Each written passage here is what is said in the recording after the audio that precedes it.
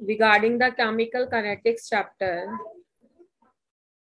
देखो बेटा, जिस हिसाब का क्वेश्चन आता है ना, सबसे पहली और सबसे इजी कैटेगरी जिसका क्वेश्चन आ जाता है कि रेट कांस्टेंट से।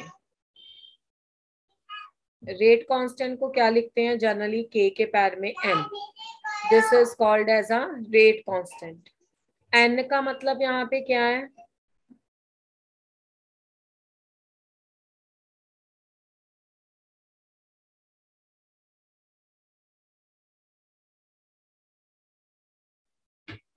N is representing the order of reaction।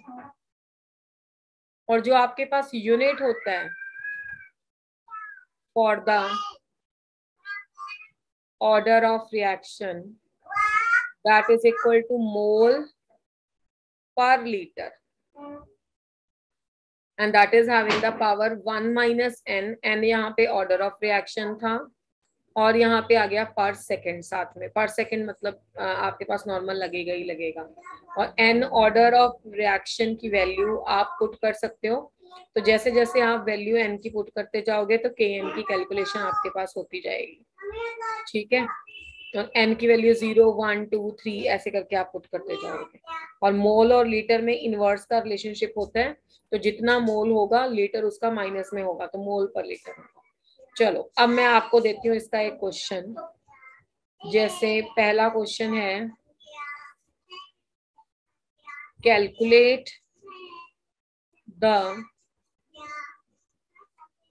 Unit of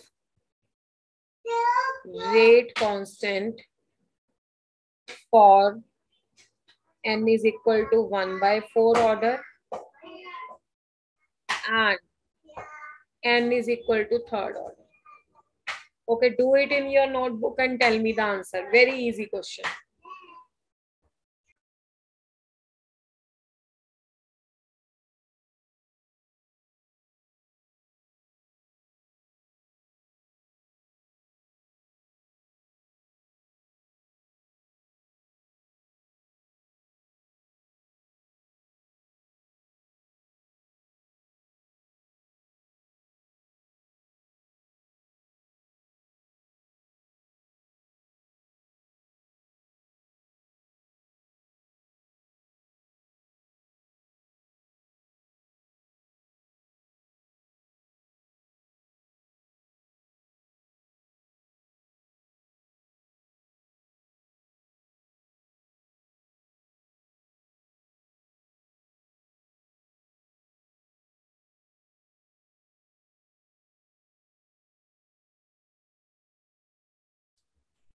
Yes, who is going to give the answer to the first question?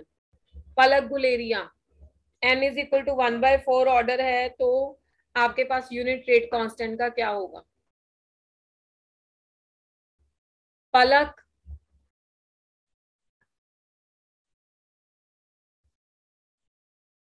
How many out of your class knows this answer? कितने बच्चों को ये answer पता है? किसी बच्चे को भी? ध्रुव को पता है। ध्रुव बताओ बेटे, क्या यूनिट आया? Ma'am mole inverse litre. Mole inverse litre. n is equal to 1/4 के लिए आपका आंसर मोल इनवर्स लीटर आ रहा है। शाबाश बच्चे, बहुत अच्छे जा रहे हो। Very good, excellent. और इतना आसान क्वेश्चन तो वैसे भी नहीं आएगा बच्चा। हमारे इतने स्मार्ट बच्चे हैं, हमारे स्मार्ट बच्चों को n की जगह 1/4 रखने में बहुत बड़ी तकलीफ है। Very good, excellent. 1 minus 1/4 is 3/4 पर सेकेंड। मोल की पावर 3/4, लीटर की पावर -3/4 पर सेकेंड। आप अपनी कॉपी पे नोट कर लीजिए, क्योंकि पीएचडी का सवाल था, बहुत मुश्किल था। हो सकता है कि ऐसा पीएचडी का सवाल मैडम ने पूछ दिया हो, ना आता हो बच्चों को, कोई दिक्कत ही नहीं है। और ये मोल लीटर इनवर्स आंसर है ना? शाबाश, इतना मैथ तुम सही करोगे, मेरे को तो एक्सपेक्टेड ही नहीं था। n इज इक्वल टू 3, तो K3 आ जाएगा मोल पर लीटर 1 - 3 per second.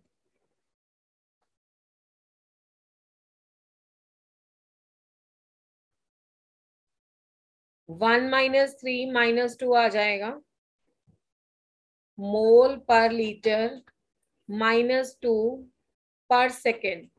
तो मोल की पावर -2 आ जाएगी, लीटर की पावर 2 आ जाएगी और पर सेकेंड आ जाएगा। ये आपके पास K3 आ जाएगा। This is the unit of rate constant for the third order reaction. आप इसको नोट कर लीजिए, फिर मैं नेक्स्ट स्लाइड का क्वेश्चन देती हूँ।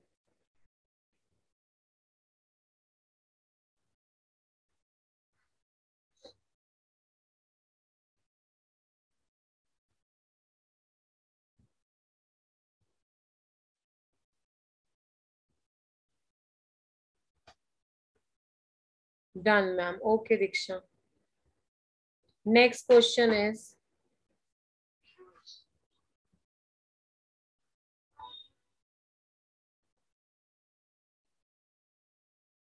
activation energy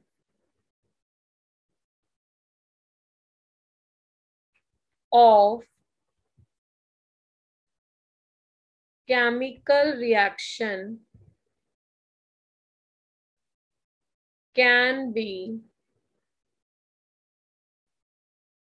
determined by A, evaluating rate constant at the standard temperature,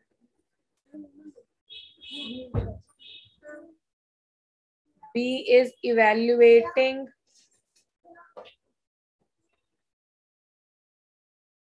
velocities of reaction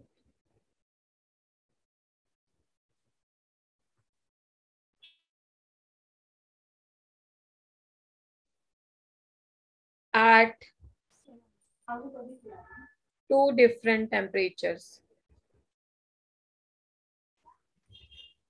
C is evaluating velocities. अच्छा, velocities done.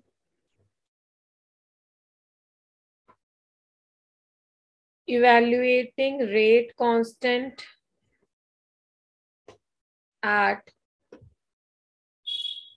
two different temperatures. D is changing concentration of reactants. चलिए इन चार में से answer बताइए क्या होगा। चलो शाबाश, एवरीबडी हैज टू ट्राई। अगर बच्चा आप ट्राई नहीं करोगे फिर तो वैसे ही नहीं आएगा। और छोटे छोटे क्वेश्चन गलत करना इस टाइम पे तो मैं बिल्कुल शोभा नहीं देता। मैं बहुत सही बोल रही हूँ आपको, क्योंकि इस टाइम पे हम ये एक्सपेक्ट करते हैं कि तुम ये सारे क्वेश्चन तो झट से करोगे। चलो फटाफट बताओ मुझे what is the correct answer. You can type your answer in the chat box. Activation energy की कौन सी इक्वेशन होती है? Do it, do it, do it.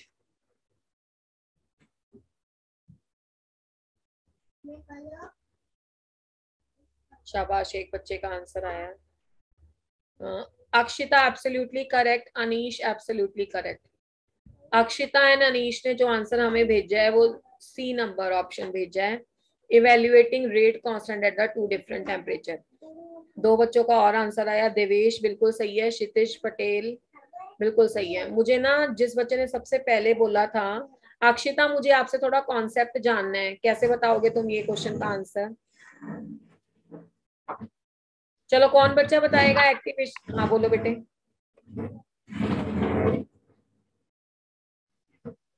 Ma'am इसमें आर्हेनियस इक्वेशन को भी, शाबाश, इसमें आर्हेनियस इक्वेशन लगेगी and that Arrhenius equation is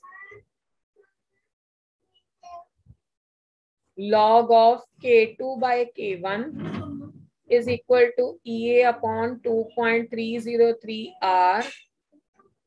K2 by K1 है तो यहाँ पे होगा T2 minus T1 upon T1 T2। अब इस क्वेश्चन में बेटे उसने बोला था evaluating the rate constant and the standard temperature. Standard temperature की तो बात है ही नहीं है बेटे, दो डिफरेंट डिफरेंट टेम्परेचर पे रेट कांस्टेंट कितना होता है उसकी कैलकुलेशन होती है, तब एक्टिवेशन एनर्जी आती है। दूसरा था evaluating velocity of the reaction at a two different temperature. इस क्वेश्चन में वेलोसिटी नहीं आ रही है, वेलोसिटी का मतलब वैसे एक तरह से रेट ही होता है और रेट कांस्टेंट को रिप्रेजेंट करता है, पर उसके साथ टेम्परेचर भी चाहिए। ठीक है, तो वेलोसिटी इसको मतलब उसको लिखने की बजाय लिख देना चाहिए था वेलोसिटी कांस्टेंट, तब फिर भी चलो मान लेते हैं। Evaluating the rate constant at two different temperature, ये बिल्कुल सही है। Changing the concentration, it is not depending upon the concentration, absolutely correct.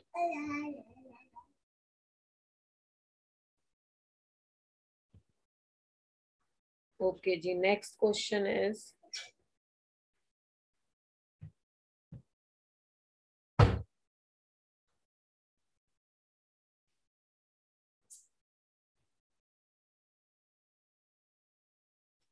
Next question है बेटे third question.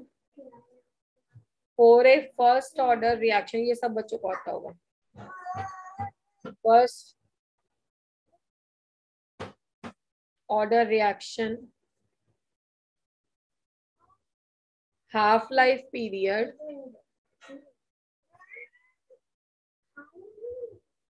is independent of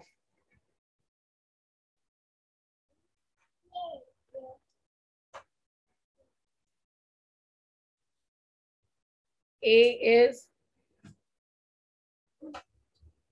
initial concentration, B is cube root of initial concentration, C is first power of initial concentration, final concentration, D is square root of final concentration। चलिए करिए chat box में type, ये सब बच्चों को आता है।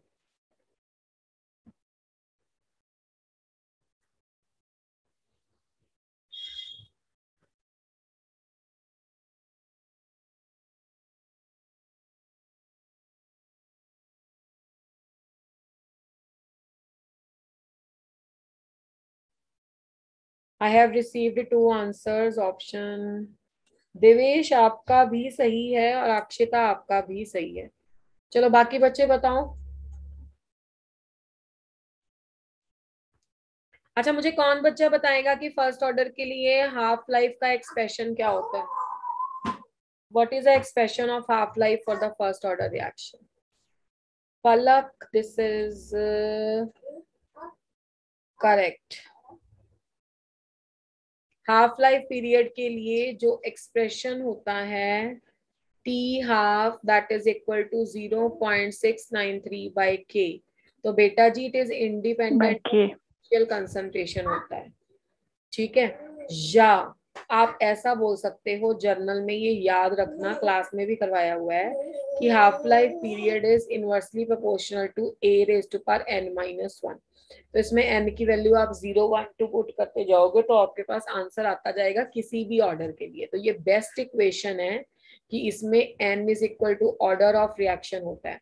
तो अगर किसी को कोई भूल भी जाता है ना, तो आप इसमें सब्स्टिट्यूट कर लो, n की जगह पे क्या सब्स्टिट्यूट कर लो, 1। तो t half is directly proportional to a raised to power 1 minus 1.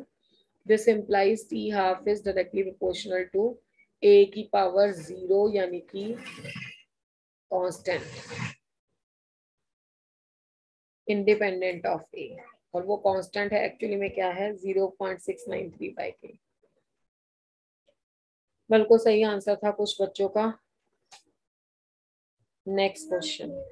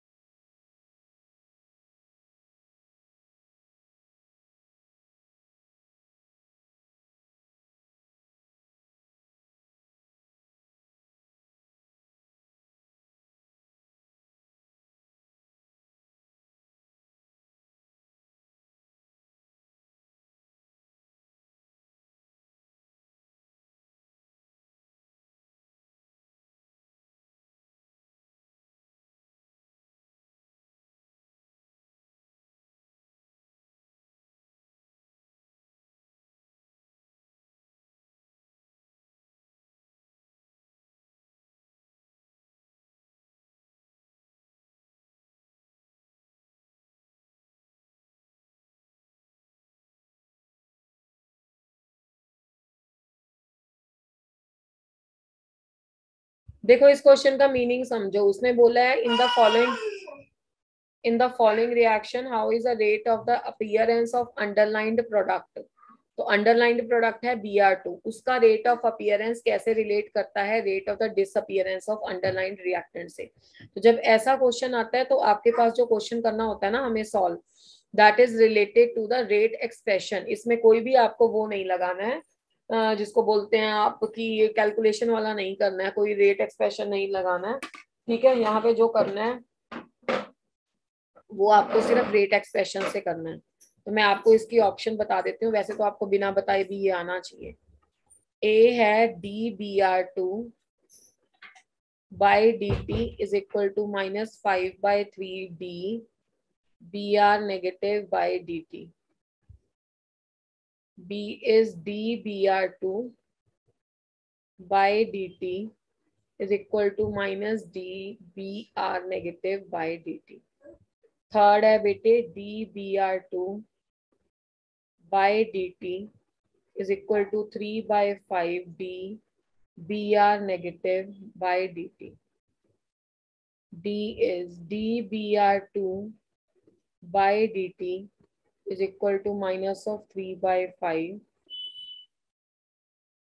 dBr negative by dt. चलो झट से आंसर बताओ फटाफट, क्या हो सकता है। वेरी इजी क्वेश्चन, एक बच्चे का आंसर आ भी गया।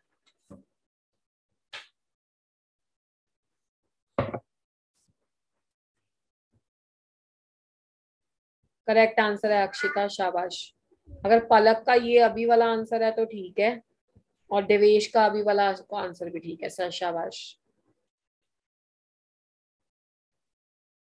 अच्छा एक्सप्लेन कौन करेगा इसको?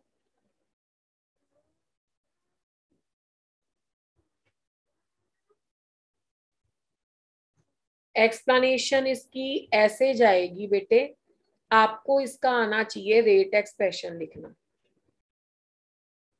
और रेट एक्सप्रेशन लिखने के लिए रिएक्टेंट के आगे माइनस लगाना पड़ता है, -dBrO3 negative by dt। Stoichiometric coefficient को इन्वर्स करना पड़ता है, -1/5 dBr नेगेटिव बाई dt, और यहाँ पे भी -1/6 dH प्लस बाई dt, और प्रोडक्ट वाले केस में क्या आएगा 1/3 dBr2 by dt 1/3 dH2O by dt। अब इस तरह के क्वेश्चन में क्या होगा कि आपको जो पूछा हुआ ले लो, आपको Br पूछा हुआ है और Br2 पूछा हुआ है, तो Br वाला ये है, Br2 वाला ये है, तो इन दोनों को कंपेयर करोगे तो डी ऑप्शन में ये आपके पास dBr2 बाई dt को इस साइड पे रिवर्स करके 3/5 लिखा हुआ है, तो D is answer. You have to equate these two. Yes और नो? Yes, ma'am. ma'am. ठीक है बेटे। Next question, for the reaction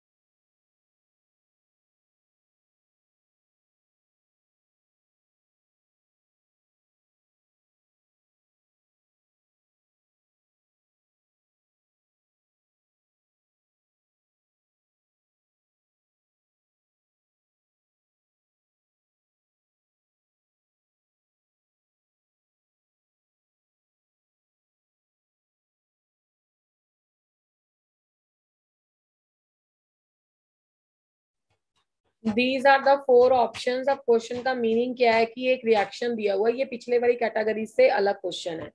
एक रिएक्शन दिया हुआ है, रेट एंड रेट कांस्टेंट दिए हुए हैं, मतलब रेट की वैल्यू भी दी हुई है, रेट कांस्टेंट की वैल्यू दी हुई है, और आपको कंसंट्रेशन ऑफ ये निकालना है। देखो कैसे दिमाग लगाओगे और कैसे करोगे। पिछले वाले क्वेश्चन में सिर्फ एक्सप्रेशन था, इसमें आंसर भी निकालने। Okay, just tell me the correct option.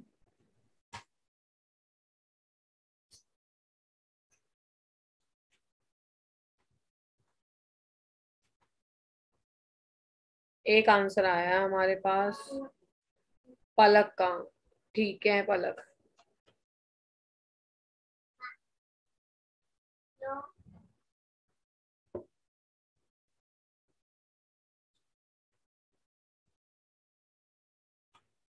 बस एक ही बच्चे का हुआ है अभी तक सॉल्व।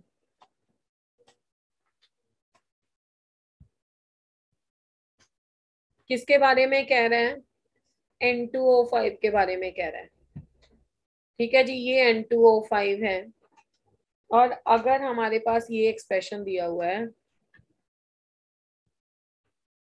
4NO2 और ऑक्सीजन, तो उसने बोला है the concentration of this at that time is, तो इसकी तो कंसंट्रेशन डिक्रीज हो रही है। या आप रेट लिखो ना सीधा, रेट इज इक्वल टू। अच्छा हाँ, एक क्वेश्चन इसमें ध्यान से देना है। अब रेट का आंसर क्या दिया हुआ है? रेट का आंसर तो ये दिया हुआ है, रेट कांस्टेंट का आंसर ये दिया हुआ है। तो कोई बच्चा मुझे बता सकता है कि रेट कांस्टेंट से क्या पता लगा आप लोगों को? व्हाट यू गेट फ्रॉम जब रेट कांस्टेंट की वैल्यू दी हुई थी? हाँ पलक बताओ बेटे, जब रेट कांस्टेंट की वैल्यू दी हुई थी तो उससे क्या इंडिकेशन आता है? मैम ये फर्स्ट ऑर्डर रिएक्शन। शाबाश। रेट कांस्टेंट का यूनिट पर सेकंड है, तो इससे पता लगता है कि ये फर्स्ट ऑर्डर काइनेटिक्स है। और फर्स्ट ऑर्डर काइनेटिक्स पे रेट किसके प्रोपोर्शनल होता है? N2O5 की पावर 1 पे। अगर किसी बच्चे को रेट एक्सप्रेशन और लॉ ऑफ मास एक्शन का ज्ञान नहीं है, वो क्या करेगा? वो ये 2 देख के इसकी पावर 2 लगाया आएगा। और जो रिएक्शन में दिखता है वो उसकी मॉलिक्यूलरिटी होती है, वो उसका एक्चुअल रेट एक्सप्रेशन नहीं होता जिससे ऑर्डर कैलकुलेट होता है। तो ऑर्डर इसका जाएगा 1। ठीक है। अब रेट इज इक्वल टू के इंटू कंसंट्रेशन ऑफ N2O5। अब तो देखो रेट की वैल्यू दी हुई थी 1.02 इंटू 10⁻⁴। कैलकुलेशन भी बेहद से आसान थी। This is 3.4 into 10⁻⁵। This is N2O5। तो जब आप इसको सॉल्व करोगे तो N2O5 की वैल्यू आ जाएगी 1.02 into 10⁻⁴ divided by 3.4 into 10⁻⁵। तो इसको इससे मल्टीप्लाई करेंगे तो वैसे तो मतलब 0.3 आ रहा है, पर साथ में -1 आएगा, तो फिर ये आंसर आ जाएगा 3। ठीक है, आप करके देख लेना। अगर आपको ऐसे नहीं समझ में आ रहा है ना, जीरोस कट ऑफ करके करके देख लेना। तो 3 इज आंसर। तो बी इज ऑप्शन जिसमें आंसर 3 दिया हुआ है।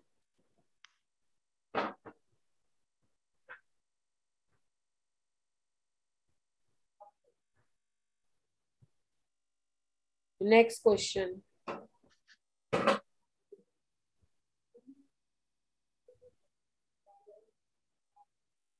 When the biochemical reaction is carried out in laboratory from outside of human body in the absence of enzyme, then of reaction obtained is 10⁻⁻⁶ times, then the activation energy of reaction in presence of enzyme is A है 6 divided by RT, B है P is required, then you have to give the answer. C है different from the EA.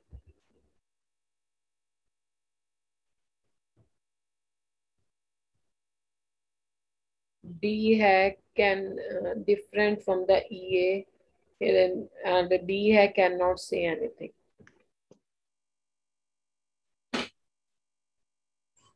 Think about it.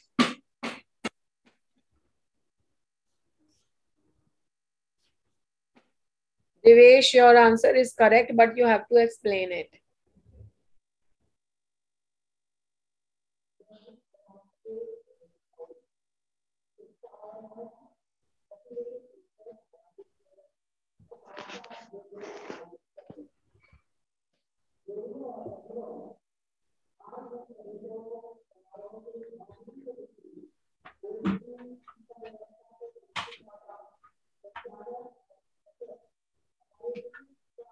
पलक का आपका भी सही है. Yes Devesh, explain करो इसको.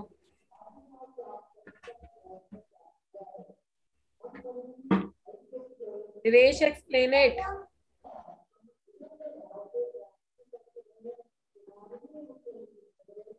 ऐसे तो मैं कैसे यकीन कर लूं कि आप खुद से आंसर दे रहे हो ऑनेस्टी से, अगर आपको एक बताना नहीं आता है कि ये कैसे किया है.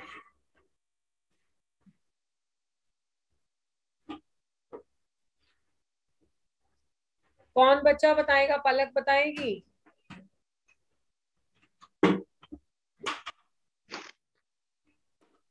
तो ये एक बायोकेमिकल रिएक्शन है जब हम उसे लेबोरेटरी में करते हैं from outside of human body. Ma'am जो केमिकल रिएक्शन है K equals to E minus raised to power E A upon RT, उसके अकॉर्डिंग किया गया है ये तो आर्हेनियस इक्वेशन की फॉर्म है ना, विदाउट लॉग. Yes ma'am. वो कह रहा इस इक्वेशन से कैसे करेंगे? वो कह रहा है जब कोई रिएक्शन को वैसे तो ह्यूमन बॉडी में अंदर करते हैं, जब वो बायोकेमिकल रिएक्शन है तो वो एंजाइम की प्रेजेंस में होता है, और उसी रिएक्शन को किसमें कर लिया?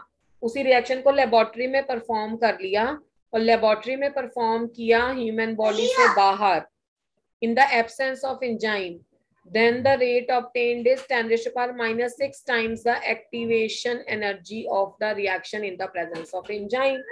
मतलब जब हम किसी रिएक्शन में एंजाइम डालते हैं तो एंजाइम के केस में उस रिएक्शन की स्पीड फास्ट हो जाती है, जैसे कैटालिस्ट के केस में फास्ट होती है. ठीक है, तो अब रेट ऑफ रिएक्शन 10⁶ मतलब 10 लाख गुना कम आ रहा है. ठीक है ना, जब आपके पास उसे ह्यूमन बॉडी से बाहर किया गया, यानी कि अब वो रेट है जो स्लो हो गया. ठीक है, अब वो बोलता है इन द प्रेजेंस ऑफ एंजाइम क्या होगा. अब इन द प्रेजेंस ऑफ एंजाइम वो इतना रेट थोड़ा ना होगा, वो जितना आपके पास, अगर उसने बोल दिया है कि रेट पहले विदाउट एंजाइम, सिंपल सी बात है, अगर विदाउट एंजाइम वो 10⁻⁻⁶ टाइम्स द एक्टिवेशन एनर्जी आता है. ठीक है, इतना आ रहा है 10⁻⁻⁶ टाइम्स द एक्टिवेशन एनर्जी, मतलब एक्टिवेशन एनर्जी जितनी लगानी पड़ रही है उससे इतने गुना कम. Then in the presence of enzyme, enzyme की प्रेजेंस में क्या होगा? एंजाइम, ये पता क्यों एक्टिवेशन एनर्जी आती है? एक्टिवेशन एनर्जी का कॉन्सेप्ट आपके पास जो आउटसाइड रिएक्शन है जिनका टेम्परेचर पे डिपेंडेंस है उसके लिए आता है. जब बॉडी के अंदर किया तो उसका मैकेनिज्म अलग होगा, तो उसकी जो आंसर है वो एक्टिवेशन एनर्जी के कॉरेस्पॉन्डिंग नहीं आएगी. ठीक है, this is for the thermochemical reaction and that he is talking about the no and he is talking about the biochemical reaction. That's why the answer is different from EA.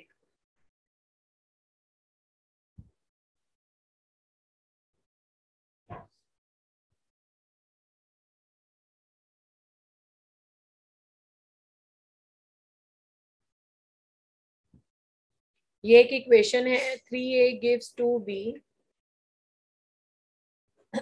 The rate of reaction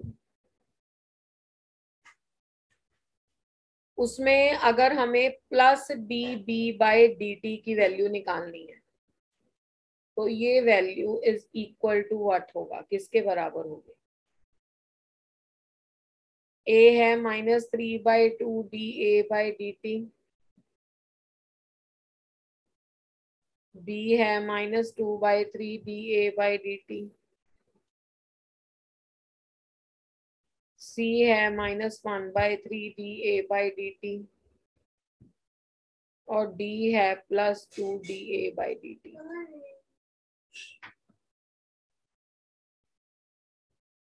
solve it, ये तो बहुत आसान question है, this just related to the expression only, कुछ भी नहीं करना है।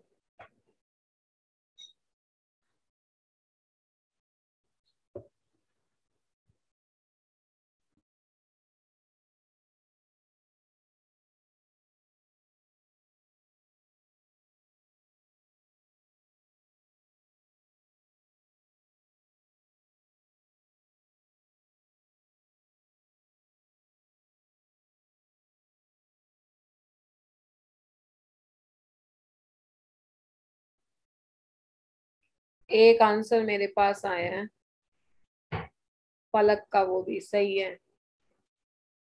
ये तो बहुत आसान क्वेश्चन था। जब आप इसका रेट एक्सप्रेशन लिखोगे तो वो -1/3 d A by d t के बराबर होगा, क्योंकि ए रिएक्टेंट है, and that further is equal to +1/2 d B by d T.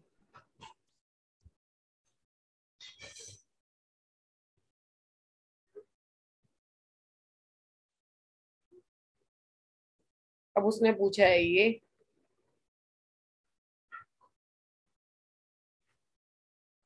तो -2/3 d A by d t ये आ जाएगा B.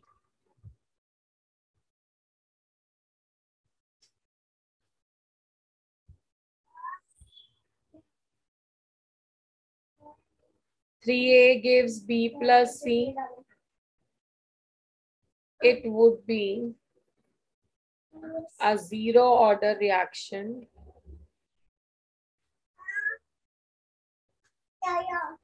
when number A is the rate of reaction is proportional to square of concentration of A. B is rate of reaction remains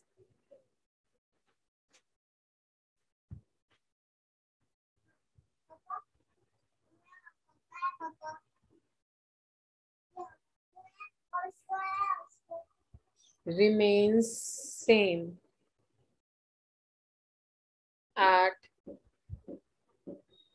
any concentration of A. C, the rate remains unchanged at any concentration of B and C. D is the rate of reaction doubles if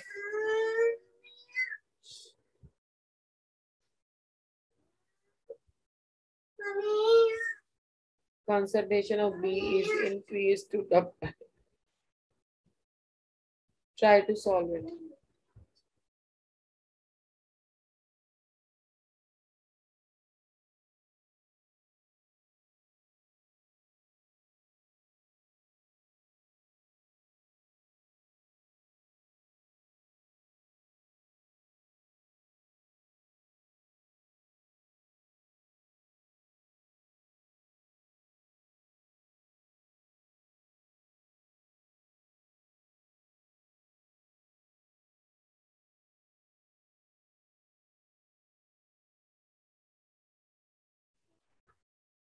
एक answer मेरे पास आया है पलक का, अक्षिता का, सही है।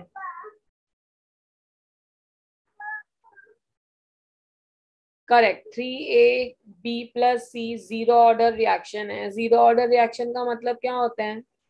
Zero order reaction का मतलब होता है कि भैया आप रिएक्टेंट को जितना मर्जी चेंज करते जाओ, कभी भी आपका रेट डिपेंड नहीं करेगा। सॉल्यूशन उसका क्या होगा? एक लाइन सॉल्यूशन है कि zero order reactions are independent of change in concentration of reactants। अब वो कह रहा है rate of reaction is proportional to the square of A, तो स्क्वायर ऑफ ए पे होगा तो सेकंड ऑर्डर होगा, जीरो थोड़ा होगा। बी है rate of reaction remain same at any concentration of A, बिल्कुल सही है।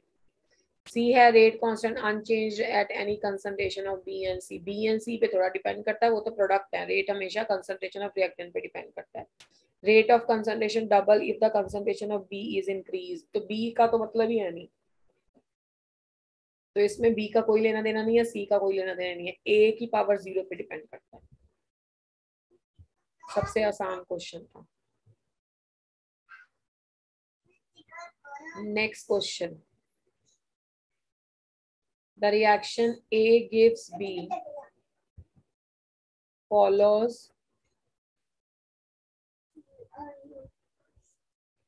first order kinetics. The time taken for 0.8 mole of A to produce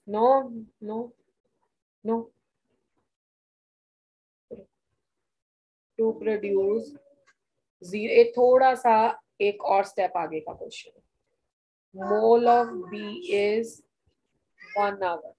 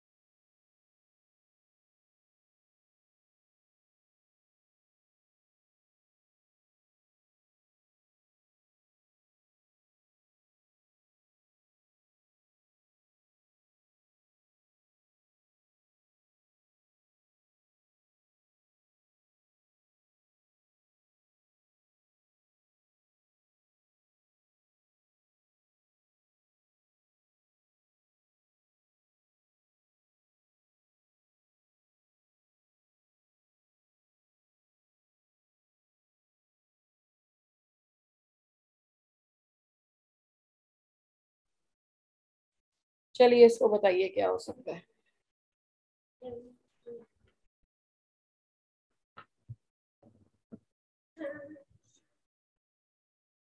Solve it and then tell me.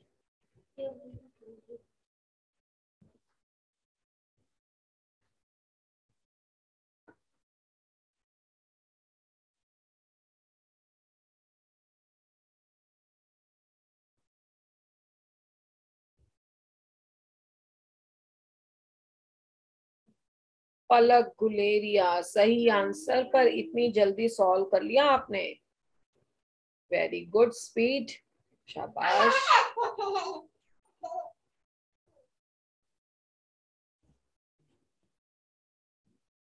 First order kinetics का expression लगेगा जिसे बोलते हैं integrated rate law expression, k is equal to 2.303/t log of initial concentration upon concentration at any time t।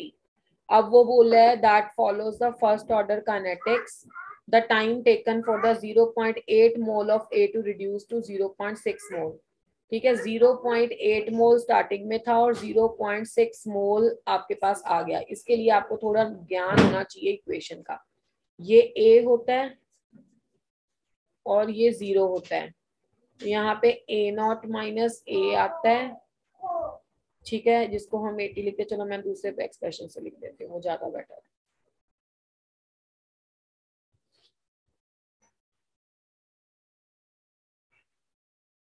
यहाँ पे a होता है, यहाँ पे 0 होता है, यहाँ पे a माइनस एक्स होता है और यहाँ पे x होता है। इसको हम बोलते थे लेफ्ट क्वांटिटी, इसको बोलते थे डिकम्पोज्ड क्वांटिटी। अब वो बोल रहा है कि स्टार्टिंग में कितना था, 0.8 मोल था, तो 0.80। ठीक है, to produce 0.6 mole of B. 0.6 mole of B यानी कि प्रोडक्ट बन गया 0.6 मोल। तो यहाँ पे कितना रह गया, 0.8 माइनस 0.2, 0.6। जिस बच्चे को तो ये नहीं पता कि 0.6 मोल बी मतलब प्रोडक्ट की बात हो रही है, और प्रोडक्ट को हम क्वेश्चन में एक्स लिख चुके हैं, तो ये क्वेश्चन में गड़बड़ कर देगा। वो यहाँ पे फिर दोनों वैल्यूज लगा देगा। उसने बोला इतना बी बन गया, तो रिएक्शन क्या था, ए टू बी था, तो बी इतना बन गया, यानी कि डिकम्पोज्ड क्वांटिटी थी।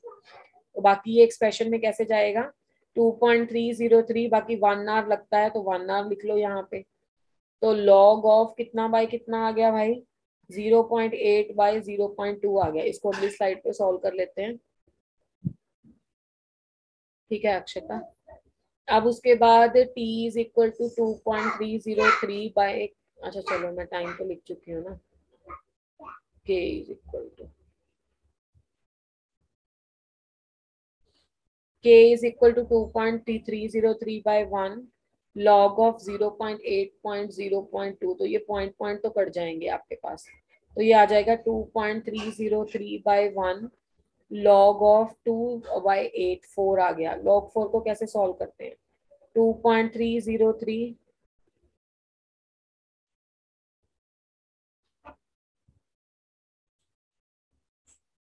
पूछ क्या रखा है वो उसने, the rate follows the first order quantities, the time required for the 0.8 to produce to the 0.6 mole of B is 1 hour. What is the time taken for the conversion? अच्छा आगे भी दिया हुआ, तो पहले तो K निकालना पड़ेगा। तो दो तरीके हैं आपके पास, या तो K को सीधा सॉल्व करके निकाल लो, या K को इसी फॉर्मेट में ही पुट कर लेना। तो यहाँ पे आ जाएगा log of 4 को 2⁻² लिख देना, तो 2.303 into 2 multiplied by log 2। log 2 आपको पता है कितना होता है, 2.303 multiplied by 2 multiplied by log 2। log 2 कितना आ गया, 0.3010। ठीक है, तो यहाँ से आपके पास k की कैलकुलेशन आ जाएगी। ये k की कैलकुलेशन आ गई। अब क्वेश्चन बताओ क्या है। अब वो बोल रहा है time taken for the conversion of 0.9 mole at time t is equal to 0 produce इतने मोल ऑफ b। फिर से एक बात पूछ ली, फिर से सॉल्व कर लो उसको। अब a टू b था, कितना कह रहा है इसमें, स्टार्टिंग में था ये 0.9 time t is equal to 0 पे, और ये 0 था। वो कह रहा है टू प्रोड्यूस 0.675, तो 0.675 मोल ऑफ b है। तो 0.675 मोल ऑफ b था, तो ये x था, तो यहाँ पे तो हमें a माइनस एक्स लिखना होता है, तो ये हो जाएगा 0.9 माइनस 0.675।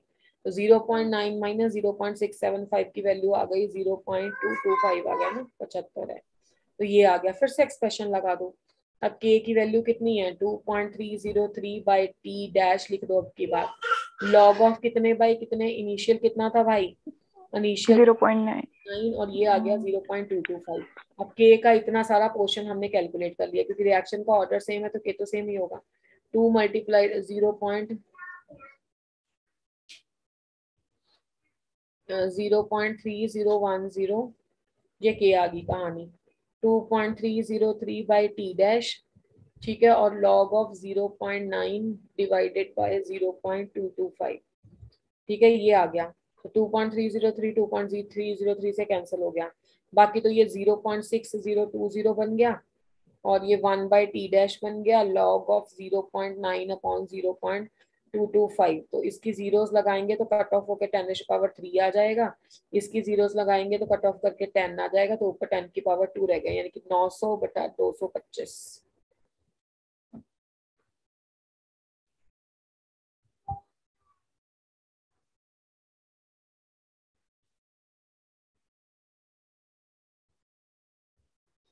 4 आ जाएगा यहाँ पे। तो 0.6020 is equal to 1/t dash और लॉग ऑफ 900/225 है ना। 2.303 तो कट गया, क्या था 1/t डैश और लॉग ऑफ 1/t डैश और लॉग ऑफ 900/225। तो 900 डिवाइडेड बाई 225 4 आ गया। तो ये तो और आसान कैलकुलेशन आ गई। अब लॉग ऑफ 4 कितना होता है भाई, कितना होता है लॉग ऑफ 4? 4 की कैलकुलेशन करने की जरूरत नहीं है, 2 लिख लो। तो 1/t डैश क्या बन जाएगा, 2 इंटू लॉग 2। ये तो आसान हो गया क्वेश्चन, सेम ही। तो 2 इंटू लॉग 2 0.3010 था, तो ये भी तो वही है। मैं ना भी कट ऑफ मल्टीप्लाई करती तो वही आ जाता, 3010। तो ये और ये कट गया, तो 1/t dash is equal to 1, तो this implies t dash is equal to 1। इसमें भी 1 ही घंटा लगता है। यस और नो? Yes, ma'am. क्वेश्चन के लिए आपको फर्स्ट ऑर्डर काइनेटिक्स से पहले वाले एक्सप्रेशन से k निकालना होता है। बस सिंगल वाला ट्विस्ट क्या था इस क्वेश्चन में कि उसने, बच्चों ये ना आपको यहाँ नहीं पुट कर देना, फॉर्मेट आपको याद रखना है। इससे पिछले वाले में लिखा भी है मैंने कि ये होता है a0 a-x और x, ये कितना a बच गया एक्सप्रेशन में वो लगाना होता है। यानी कि चाहे ये लिख लो चाहे a/a-x लिख लो। अब ये प्रोडक्ट बना है इतना, तो बचा कितना उस हिसाब से पहले k निकाल लिया और दूसरे वाले में k की वैल्यू पुट कर दी और आंसर निकाल लिया। और कैलकुलेशन मैंने थोड़े स्टेप्स बड़े लिखे हैं, अदरवाइज तो आपको वैसे ही पता लग जाता कि सेम ही आ रहा है।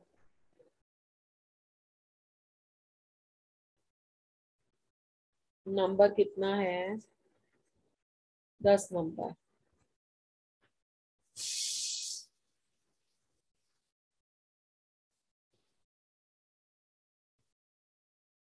The EMF of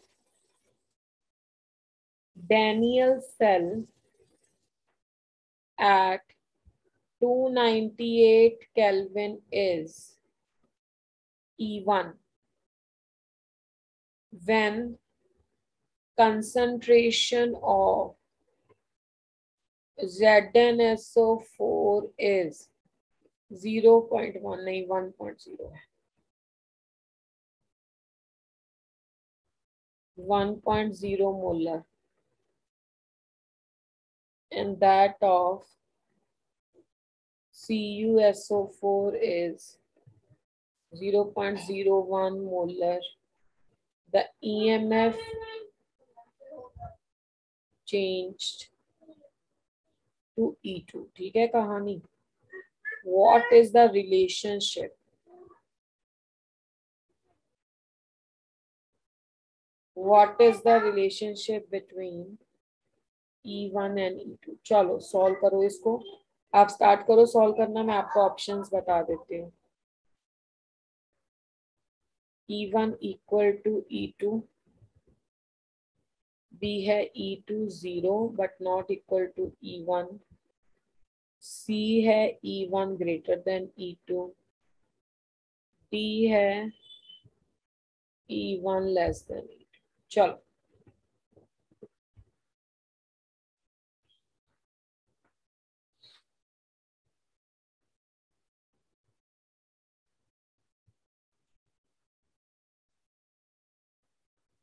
जल्दी से।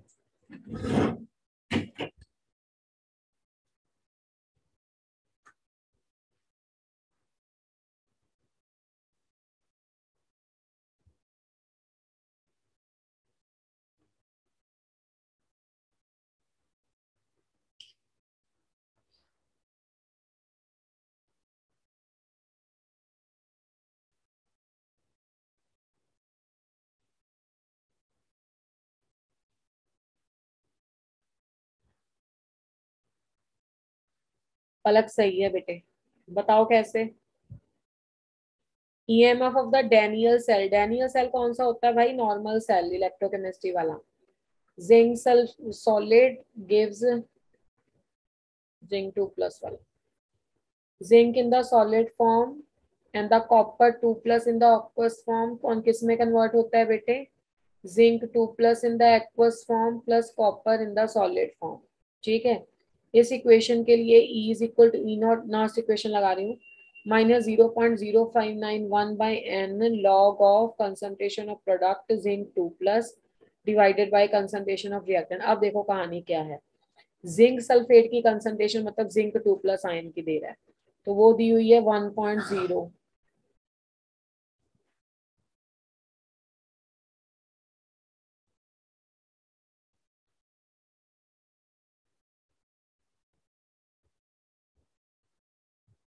when the concentration of zinc sulfate is 1.0 and that of copper sulfate is 0.014। अगर इस हिसाब से करें तो जिंक की 1.0 हो गई और कॉपर सल्फेट की 0.01 हो गई। जब मैं इसे सॉल्व करूंगी तो ये 100 ऊपर आ जाएगा और ये 10 नीचे आ जाएगा, तो ये log 10 तो फिर 1 आ जाना चाहिए ना। E not of cell minus 0.0591 by n log of this, है ना। अब इसमें ये बन गया log 10, अब log 10 तो 1 हो गया, इसमें 2 आता है, minus 0. E naught of cell minus 0.0591 by 2, ठीक है। ओके ओके ओके, तो ये आ गया। अब वो कह रहे हैं the EMF change to E2 when what is the relationship, change कब हो गई भाई, क्या किया इसमें। EMF of the Daniell cell is E1, अच्छा ये आंसर E1 है। When the concentration of zinc to sulfate is 1.0 and that of copper sulfate is 0.012, the EMF change to E2. What is the relationship between the E1 and the E2?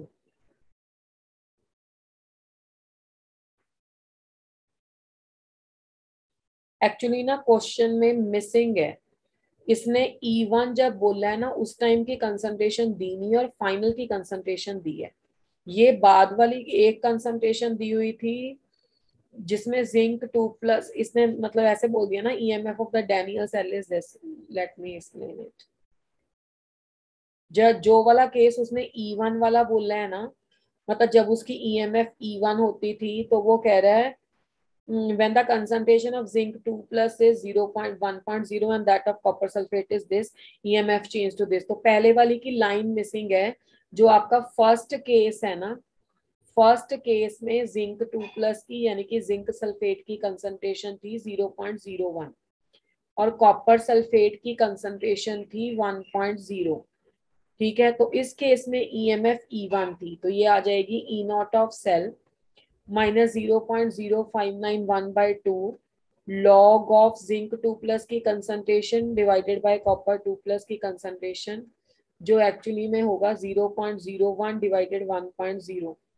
1.0 तो चलो 1 ही आ गया आपका, तो this is E not of cell minus 0.0591 by 2 log of, तो ये आपका 1/100 आ जाता है। तो E not of cell minus 0.0591 by 2, तो ये बन जाएगा लॉग ऑफ 10 की पावर माइनस ऑफ 2। तो ये E not of cell, okay okay wait wait wait, plus 2 multi, ये 2 आगे आ जाएगा ना, ये वाला मैंने यहाँ पे लिख लिया, या आप यहाँ भी लिख लो अगर आपको टेंशन हो रही है तो, लॉग के आगे लिख लो, माइनस माइनस प्लस हो जाएगा 0.0591 बाई 2 इंटू 2 लॉग 10 हो जाएगा, ठीक है। ये माइनस माइनस मैंने प्लस कर दिया, 2 के साथ 2 कैंसिल, लॉग 10 1, तो ये आ जाएगा E not of cell plus 0.0591। ये है केस 1 और केस 2 में ये उल्टा था, तो जो 2 वाला केस था ये E2 है बेसिकली, और E2 में ये कहानी रिवर्स दी हुई है। रिवर्स का मतलब है कि अब ये आ जाएगा तुम्हारा 100 टॉप में, यानी कि ये आ जाएगा 1.0 डिवाइडेड बाय 0.01 और ये बन जाएगा तुम्हारा 100 और लॉग 100 10⁻² होके 2 दे देगा, ठीक है। ये 10⁻² हो गया, तो 2 से 2 कैंसिल, तो ये है E2। अब ये रिलेशनशिप पूछा हुआ था, अब E2 में क्या हो रहा है, E नॉट ऑफ सेल से कुछ माइनस हो रहा है और आधा क्वेश्चन लिखा नहीं हुआ उसने, और E1 में प्लस हो रहा है, तो इसलिए E1 ग्रेटर देन होगा E2 से। है क्वेश्चन बहुत सिंपल था, कुछ ज्यादा पापड़ बेलने नहीं है, और उसने आधा डाटा मिसिंग किया हुआ है तो वो नहीं पता लग रहा था।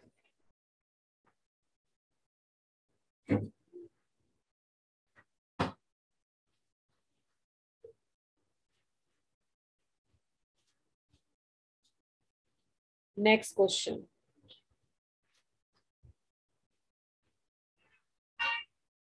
This is question number 11 I think.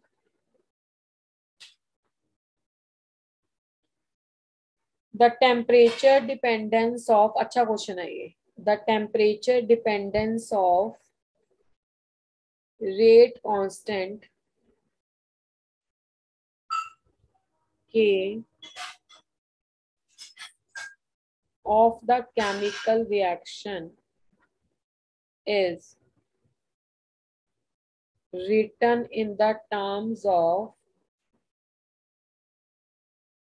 Arrhenius equation. K is equal to A e raised to power minus EA by RT. और जो इसमें एक्टिवेशन एनर्जी है उसको लिखा हुआ है E star of the reaction can be calculated by plotting A log of K versus 1 by T. B is log of K versus 1 by log of T. C is K versus T.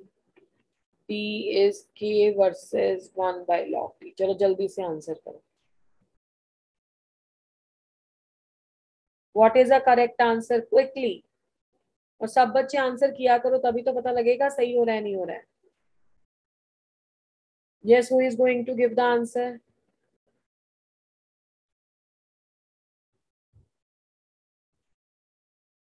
बताइए जल्दी.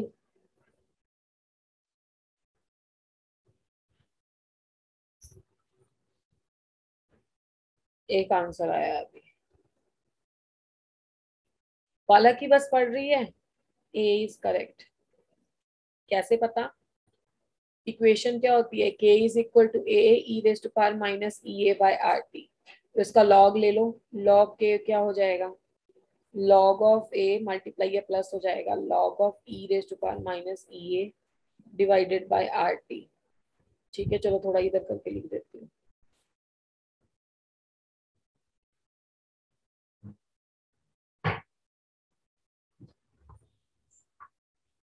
log of K is equal to log of A plus, अच्छा log ले लो दूसरा क्योंकि उससे cut जाएगा ln से E. log of K log of A log of E raised to power minus EA by RT. log E एक दूसरे का रिवर्स होते हैं तो इक्वेशन बन जाएगी log K is equal to log A minus EA divided by RT. अब आप इसको LOG में कन्वर्ट करना चाहते हो तो 2.303 से मल्टीप्लाई होगा जो उधर जाके डिवाइड हो जाएगा. इसको भी मल्टीप्लाई होगा, इसको भी मल्टीप्लाई होगा, इसको नहीं होगा तो फिर जब बाद में करोगे तो वो उस साइड पे डिवाइड हो जाएगा. log of A minus EA upon 2.303 RT. Both the ways of writing is correct. तो log of K versus EA upon RT है तो वो आपके पास RT जो है वो रिवर्स में जाएगा. तो जो ग्राफ बनेगा that is log of K versus 1 by T और नेगेटिव स्लोप. और इसमें जो स्लोप हुआ माइनस EA अपॉन 2.303 R और इसमें जो इंटरसेप्ट हुआ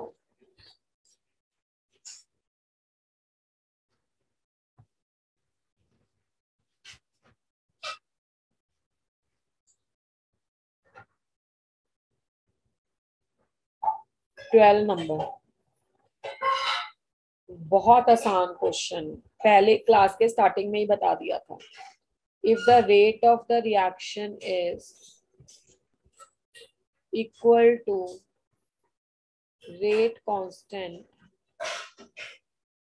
the order of reaction is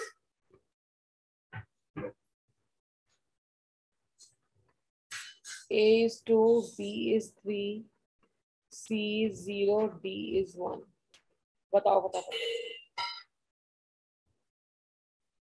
तो बहुत आसान है, अभी तो इक्वेशन लिखाई थी तुम्हें।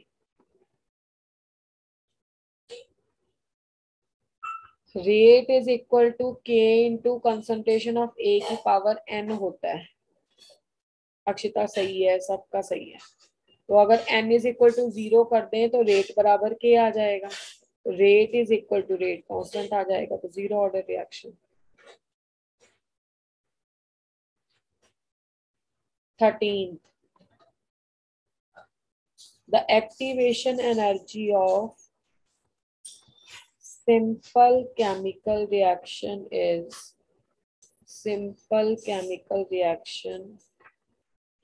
A gives B is EA। और ये फॉरवर्ड डायरेक्शन में अगर इतनी एक्टिवेशन एनर्जी लगती है, then in the reverse reaction क्या होगी?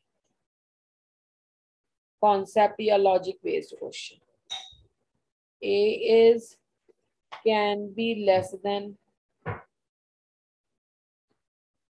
or more than EA।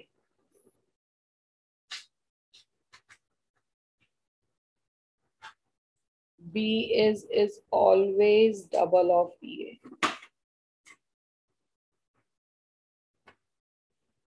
C is negative of EA। D is always less than EA।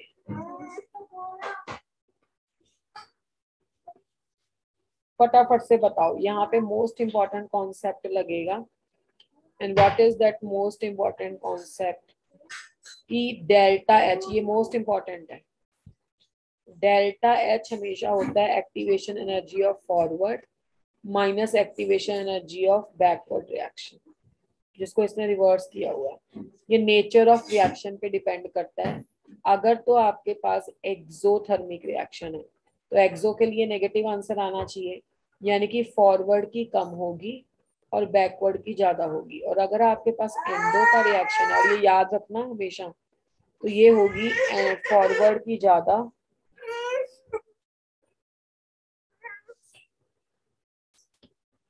और बैकवर्ड की कम। ठीक है। अब क्वेश्चन में उसने पूछा है कि रिवर्स की क्या होगी?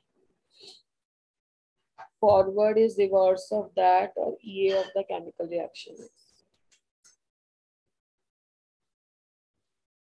तो बस फिर या तो ये इससे लेस हो सकती है या ग्रेटर देन हो सकती है, यही हो सकता है, depending upon the nature of the reaction. Palak Akshita correct.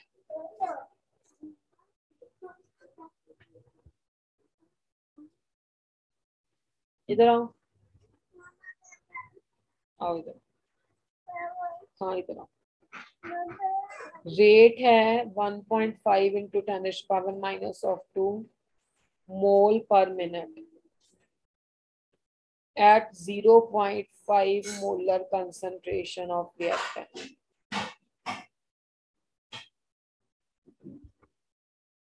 The half-life of reactant reaction is 0.383 millimeter, 23.1 millimeter, 8.73 millimeter, D is 7.53 millimeter। हाँ जी, अगर रेट इतना दिया हुआ है, चलो ये तुम्हारा होमवर्क क्वेश्चन रखते हैं, ये आप नेक्स्ट क्लास में मुझे इसका करेक्ट ऑप्शन बताना। आई हैड ट्राइड कि 14-15 क्वेश्चन हो जाते, पर चलो एनी हाउ ये थोड़ा सा लंबा है क्वेश्चन। तो I just want everybody to solve it and I will ask in the next class. Next class में सब बच्चे नोट कर लें, मैं पॉलीमर्स के क्वेश्चन कराऊंगी because exams are at the corners. बहुत बार हम लोगों ने आपको बोला है कि आप एक बार पॉलीमर खुद से पढ़ लो, आसान है चैप्टर।